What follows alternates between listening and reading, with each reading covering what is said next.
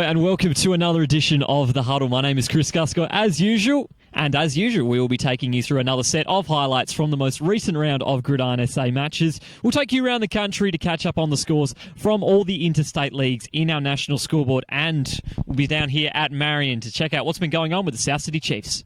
We will start with the 1 p.m. matchup between the Port Adelaide Spartans and the Eastside Razorbacks. This match represents the truly great side of Gridiron. The top team in the Razorbacks, which have been undefeated in the past season and a half, being heavily challenged by a tough battler in the Spartans. Last four accountants have seen 3 draws and a 1 touchdown win, which came down to the final drive, which has easily been the most competitive series within the last few years. So surely there is another great contest coming up just like it. So grab the popcorn.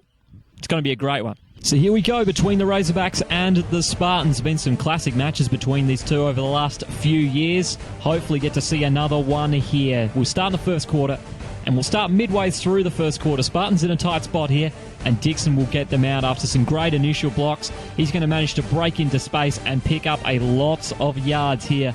Big play for this game. It was a slow start to this one. That was really the big offensive play of the first half of the first quarter. Later on in the drive, defense is on top. Here's a proof how. Barrington, big sack, forces the ball loose, and then recovers it himself. Big defensive play. Now, Eastside on possession. Second down now. Wellborn, he's going to need to watch his back here. Ottens mows him down after he fumbles the snap.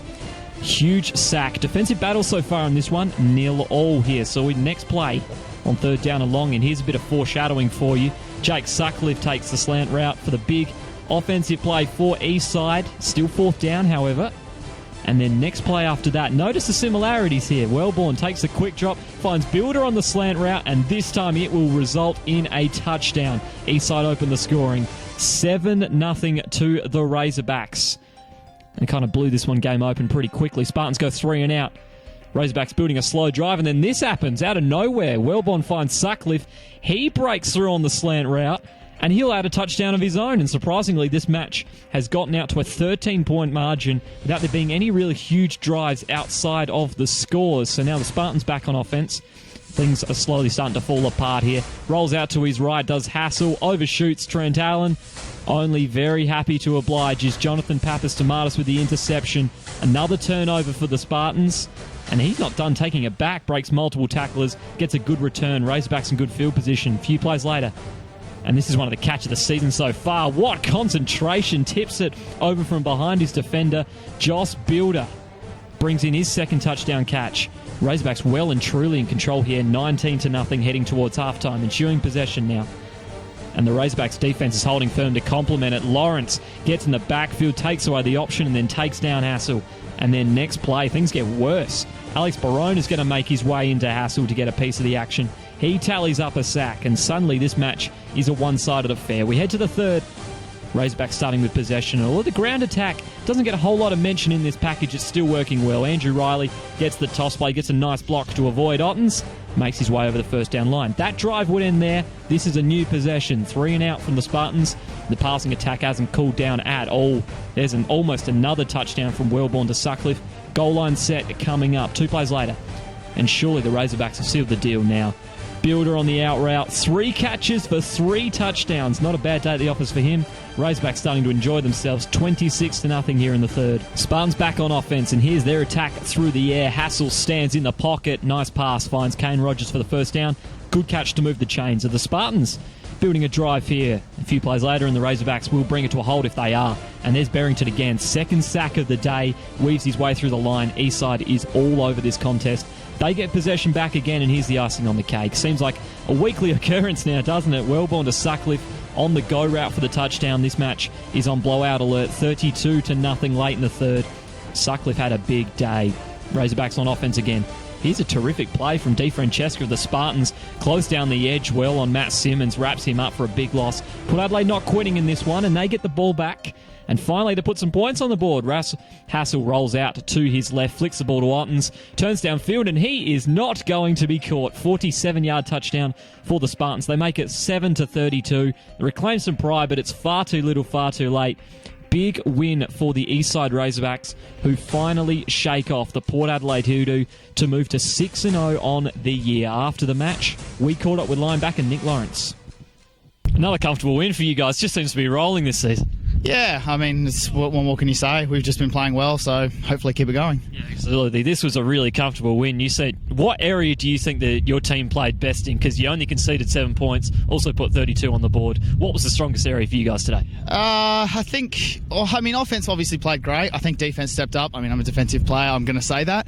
But I think today, defense probably won it for us. We gave up one score, but I'll take that any day of the week. Yeah, exactly. Your own play today, you were making heaps of tackles out there. You were really owning the defense, really. How are you feeling out there? It's pretty easy when offense puts up scores and you can take risks. I was lucky enough to be free on my side a lot, so it makes it easy for me to read the ball, and luckily got a few tackles. Exactly. Say this every week. You guys must be extremely confident. You know, is there any way that you guys are going to be slowing down after all these different wins that have come just in a row, really? You're 6 in a row now. Well, certainly not from our side of things. We're not going to slow down. We don't want to slow down. Last year, we were undefeated, but we had those asterisks on it. We don't want that this year. We want to go through and get a clean run, go to the Great Southern Bowl, and basically just dominate and go back to, I guess, what Razorback football is all about.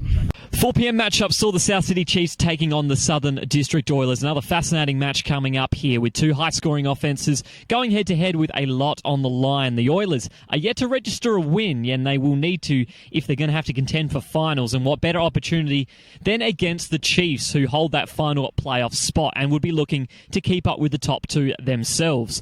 This match produced 50 points in one half alone last time round. So 100 points between these two could be a possibility? Well, maybe not, but this one still have a lot of trips to the end zone. So here we go between the Chiefs and the Oilers. Two very good pass offenses warming up here. Should be an absolute cracker of a game. Heading into the first quarter. Now we start midway through the quarter. Oilers on offense on 1st down and 5. Wes McGuinness puts it down the middle, deflected. It's going to be intercepted by Bill Butfield. He gets a nice return on it as well. Chiefs in good position to get off to a good start in this one here. So a nice play to kick things off. A few plays later on 3rd down. Can they make the conversion? Whitehead. He's going to roll out to his right here. Sees very little downfield before he manages to find Lausarica in the end zone for the touchdown. Nice play overall. Gives the Chiefs a 6-0 lead midway through the first. Pressure's already on the Oilers to keep up the pace. They can't do that for now, so slow start to this game. 3rd down along for the Chiefs. Here's that connection again. Whitehead on the move. Finds Lausarica for the 1st down, and they move past the chains from an unlikely spot. Next play. Saxon Leary's going to chime in as well with a nice play of his own. Ducks and weaves for just enough for another 1st down, and the Chiefs are starting to get some momentum here. A few plays later, they're starting to roll now. Whitehead fakes the handoff, keeps it for himself. He's going to get some ground, uses the space to good effect, picks up plenty of yards. The Chiefs keeps charging forward. But would it count? There's going to be a penalty against the sideline, which is going to cancel the play. And the Chiefs, they had 60 penalty yards in the first quarter alone. Move on to the second quarter. Same drive, 3rd down and goal for the Chiefs. This could come back to haunt them potentially. Whitehead, he finds Banazzolo and he drops it in the end zone. Oilers would survive. They keep the score at 6-0. Very next play, and this is why they call it the danger zone when you're this close to the red zone. Waits gets stripped by Perkov.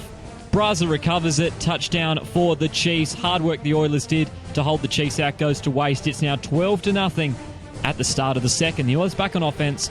This is more like it, that all too familiar combination. From Wes McGuinness to Tedmondson, strikes again, 1st down. That was the first pass that Wes McGuinness had completed to that point. Not a great start, looking to rebound here. Oilers would turn it over on downs and the Chiefs get back to work. Robert Hall going to turn this into a 15-yard gain until he's wrapped up. But then he just keeps going, breaks free to pick up a massive gain and launch South City back into attack mode. Oilers with a lot of work to do at the moment here. Both teams would hit a flat spot on offense. Here's how you break a dry spell later on in the quarter. Send it deep for a massive gain, right? Long looping pass. Sticks in the hands of Ollie Edwards. And the Chiefs, much like their last big play, are back within striking range. This time, can they do something with it? 2 plays later, Saxon Leary, he's going to contribute here with a nice pressing run. He will eventually fall just short of the end zone. South City only a few yards away here. Another Chiefs penalty is going to bump them back, so it's a long 2nd and goal. Doesn't matter when you can do this. Oilers do well to put the pressure on Whitehead, but Prohorov, Smith, and Ogbede all can't catch him. And here's when defenses have problems, when Whitehead gets into space. He's going to get behind his blockers and sneaks in for the touchdown. Extraordinary play from the young quarterback. Chiefs extend their lead to 18-0 just before the half-time break. They're in control here. Third quarter. We start midway through the quarter, and this is how the Oilers were moving forward. Consistent 3 or 4 yard plays like this one helped to build a solid 9-play drive up to this point. They're slowly pressing. Very next play, Wes McGuinness got time in the pocket, looks to Tedmanson. He's going to jump early, and it's intercepted by Hounslow. That's going to kill the momentum and stop the drive, and he'll certainly get his money's worth on this interception. Takes it all the way back to the Oilers 40. Massive play from the corner. Ensuing drive now for South City, and with Whitehead taking the second half off, Leary picks up the offensive slack. Wonderful patient run. Eventually sees him break out of the box for the monster gain. The Chiefs are back within scoring range again.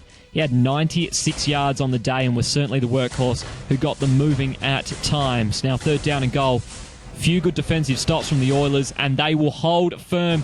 Prohorov jumps the route, picks off Brett Gray's pass for the interception on the end zone line. Southern District manages to stop another red zone attempt as we head into the fourth. Same drive, and it's just not the Oilers' day. Bryce Glasson spends the toss before he earns it, fumbles it. Chiefs are there to recover it. Matt Hall reels it in. Chiefs ball, fourth down on the following drive. Oilers hold firm again. Gray finds a target, but it's a big loss. Southern District working hard to keep this scoreline respectable. A few plays later, back with possession. Wes McGuinness, it's a bad pass. Hounslow picks it off, gets an absolute gift, and he goes back to the house with his second touch interception. He high steps in. The Chiefs celebrate in style. Comfortable 24-0 win as they even their season ledger at 500 for the year. After the match, we caught up with the man of the hour, Mark Hounslow, and offensive lineman Hugh Stevens. All right, terrific win for the guys. How are they feeling after the game?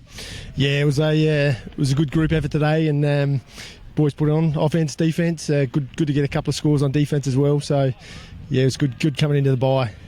So a couple of scores on defense. One of them was your own. How are you feeling out there today? 2 interceptions, a pick 6. Must have been a pretty good day for you. Yeah, it felt all right. It was it's been a long time, but yeah, a little bit sore after the game. So yeah, maybe pump the ice onto it. So in terms of you guys now, you're sitting at 3-3. How are the confidence of the guys knowing that you can win games like this as well, but you have dropped a few games in the past? Yeah, look, we've had a couple of guys missing on those losses as well, and we just need to go through a couple of little things, couple of coverages we've blown, and yeah, look, hopefully it comes together the next few weeks coming into the final. So, really good group effort by the guys today. How are they feeling after the game? Look, coming into the bye week, the guys wanted to have a really strong performance. Guys playing out of positions, really trying to get the experience in, make that run home to finals, coming off 2 losses. A lot of work to do still. I think it shows on the field. I mean, overall, good result, but, left plenty out there, I think. Exactly. You guys rushed really well today, and that was a good result of the offensive line as well. So how are you guys feeling out there? Look, we feel like it's coming together. We're missing, again, a couple of the starters that we had through pre-season. So, a couple of guys pulling night shifts, playing on offense that usually play on D. But, it's good to have Saxon back.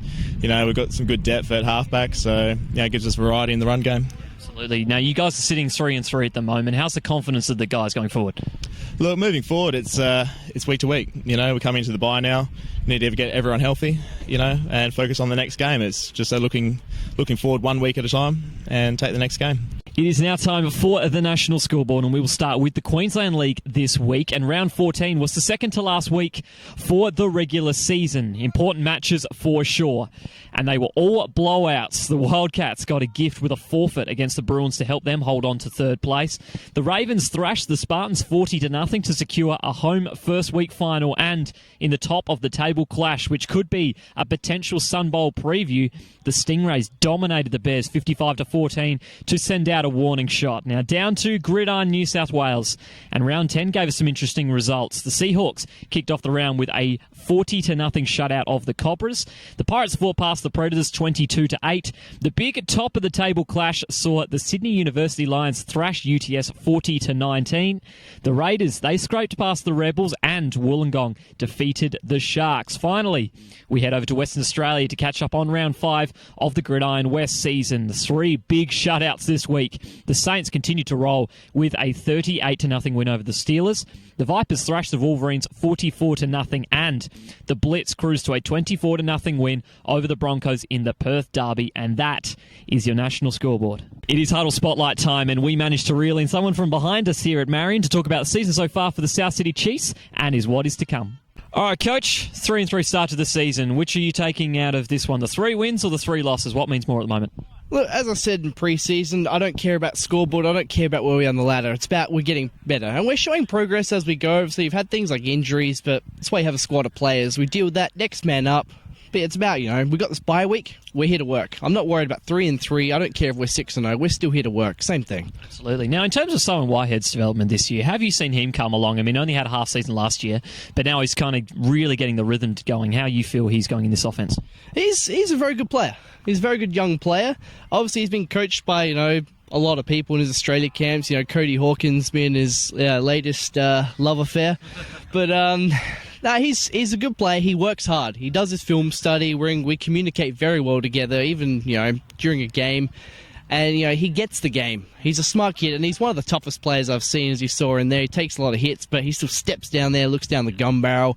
He's a tough kid. He's smart. He's always here. That's also the big part. When you're always at training, you're always going to get better. He's committed. Exactly. Now, in terms of your team, what are you looking to improve going forward? You do mention that obviously improvement's the biggest thing for you guys this season, obviously being new coach, relatively new squad. What's the improvement focus right now at the squad?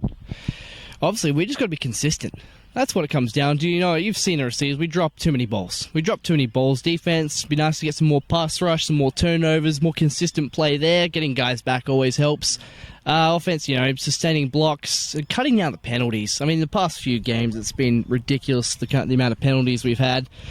But, working on getting receivers blocking as well. That's slowly been getting better. But, even just the little things. Basic things. Are we lining up properly? Are we just executing? Do we know our base offense, our base defense? And just getting the hang of that. And, we're getting there. And this training is going to be very helpful towards that. Now, you're going to love this question now after what you've just said, but in terms of the finals now, I mean, coming up, the top 3 are starting to define themselves fairly clearly. Is that even a thought at the moment? Halfway through the season, you guys are kind of, you're on the edge of those playoffs?